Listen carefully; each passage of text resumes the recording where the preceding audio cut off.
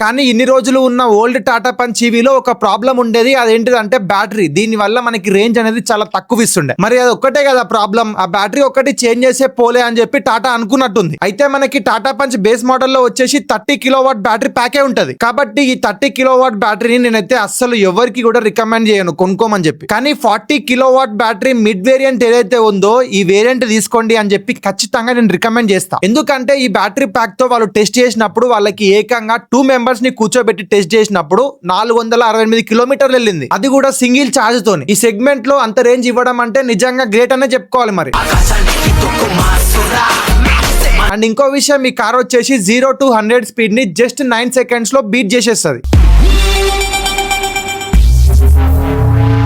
And ఒకవేళ మా ఫ్యామిలీలో 4 మెంబర్స్ ఉంటాం, మేము 4 మెంబర్స్ కలిసి ట్రిప్ కి వెళ్తే ఈ కార్ ఎంత రేంజ్ ఇస్తుంది అంటే మనం ఎక్స్పెక్ట్ చేయొచ్చు ఒక 350 కిలోమీటర్స్ రేంజ్ అయితే. అండ్ ఇంకొక హైలైట్ విషయం ఏంటిదంటే ఈ car 65 kilowatt DC fast charger తోని ఛార్జింగ్ ఒక 15 మినిట్స్ పెట్టినా చాలు 135 కిలోమీటర్స్ రేంజ్ ఇస్తుంది టాటా పంచ్ ఈవీ అని చెప్పి మనకి టాటా అయితే చెప్తుంది. కానీ రియల్ వరల్డ్ కండిషన్ లో ఎంతవరకు సాధ్యపడుతుంది అని చెప్పి మనకి తెలియాల్సి ఉంది. కార్ రోడ్ మీదకి ఎక్కినాక కంపల్సరీ దీని గురించి ఇంకో వీడియో అయితే చేద్దాం.